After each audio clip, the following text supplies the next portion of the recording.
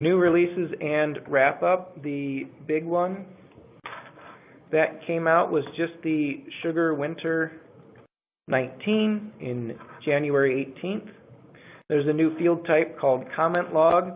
You could use this on cases or even opportunities. It's pretty cool. You type in a short note on your case, and it logs it down below into a read-only format with your username and timestamp of when that log was done, and then the next person comes in, types in a note, and it gets added to the log.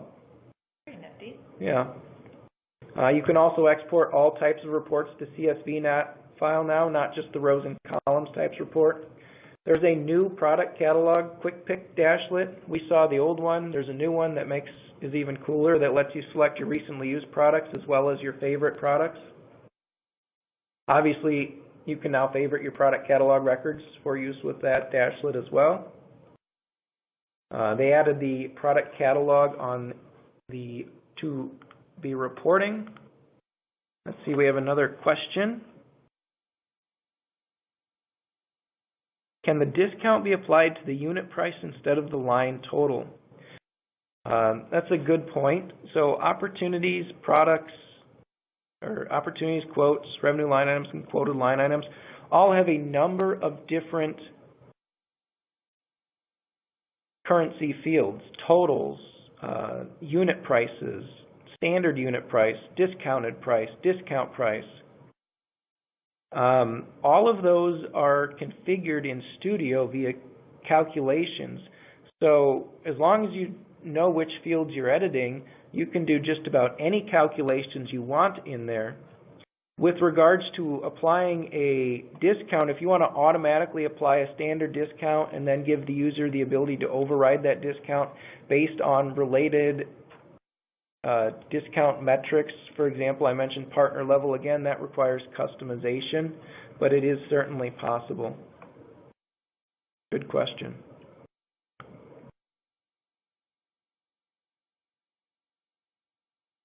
Back to new releases, user can now change the currency for a quoted line item, and there were a bunch of advanced workflow updates. Advanced workflows getting to be pretty powerful, and I'm pretty excited to see where they take it next, because as that gets more powerful, we'll be able to do pass more data back and forth between opportunities and quotes to reduce data entry for users. And hopefully, eventually, we could even start doing some of that discount pricing based on changes to maybe partner levels or related modules.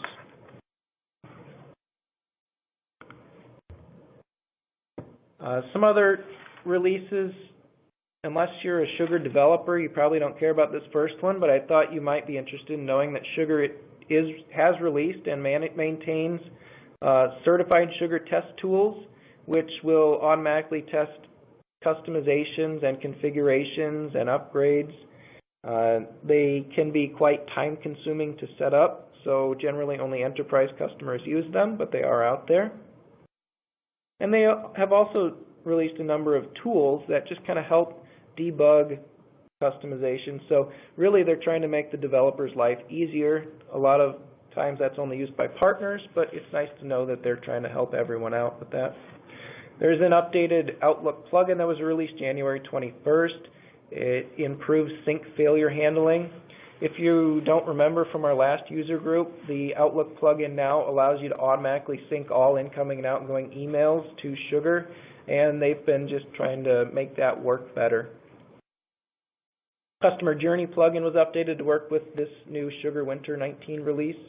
Hint 5.0 was released to work with Winter 19, as well as provide some cool notifications and alerts for your accounts. You can have it email you notifications. You can even allow Chrome to pop up notifications, as lots of sites are now doing.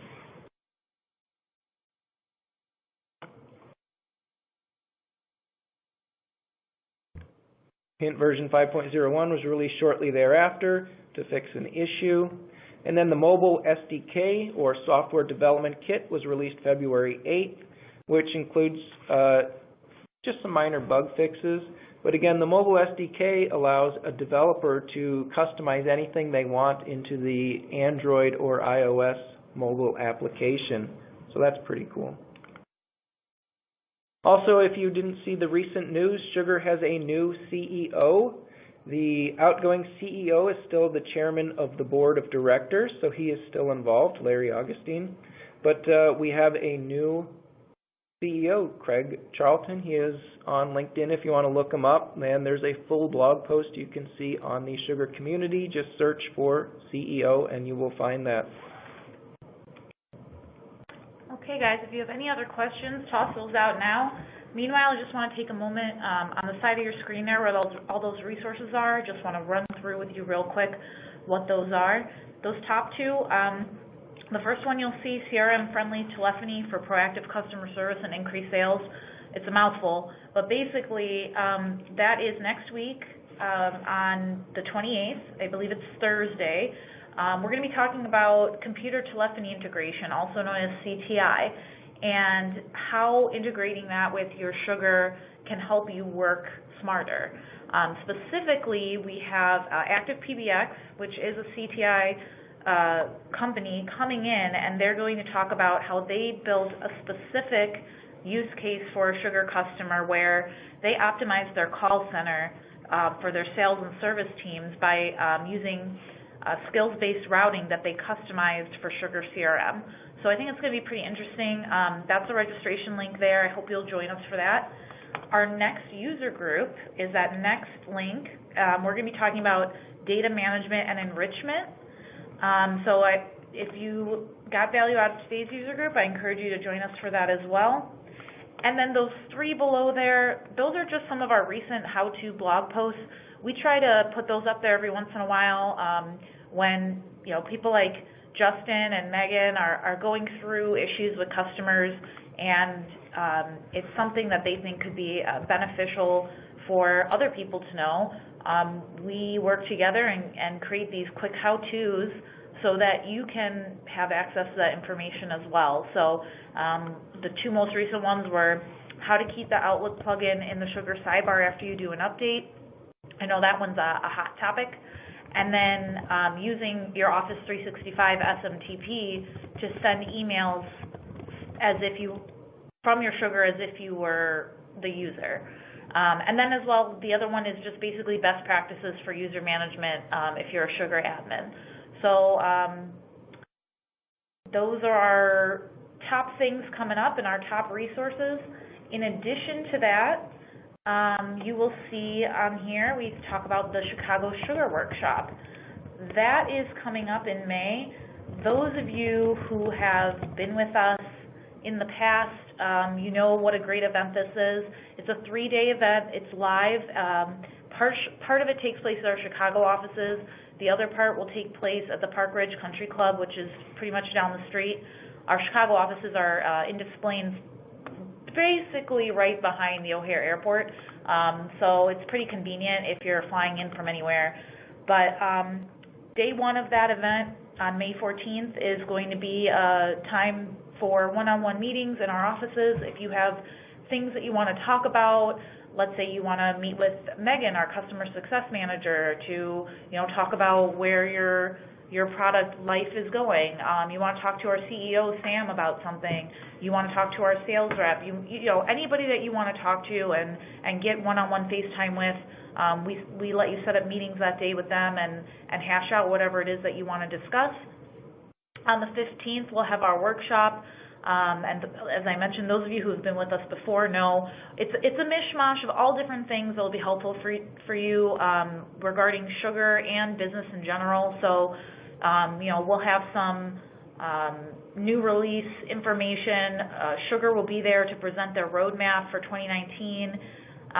We'll also do presentations on, helpful use cases for Sugar and add-ons and things that will really enhance your experience. And then we always keynote it with a topic that we know is relative to everyone. Last year and the year before, we had some really great speakers. We had a business writer. She's a professional business writing consultant, and she did an amazing job. It was awesome. I learned so much. And then we also had the president and CEO of Walker Sands Marketing, which is one of the fastest growing businesses in Chicago, and he came in the year before that and taught us about what he's learned in his marketing journey. So, we feel that those brought a lot of value and everybody really enjoyed them, so we hope you'll come out and join us. The day after the workshop is where we do training back in our offices. That's on the 16th of May. So depending on what you want to participate in, I recommend setting aside all 3 of those days so that you can take full advantage. There will be an email that I send out to our customers on this. Otherwise, it will be promoted through our social media and our partner network. So keep an eye out for that. We're just putting some finishing touches on our